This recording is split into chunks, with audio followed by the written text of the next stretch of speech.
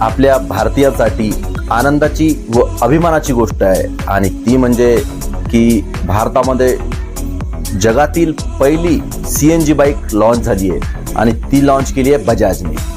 तर आता CNG म्हटल्यावर टेन्शन आलंच की बाबा आपल्या बुडाखाली आपल्या ढुंगाखाली गॅसचा टाका आहे तर फुटला तर काय होईल।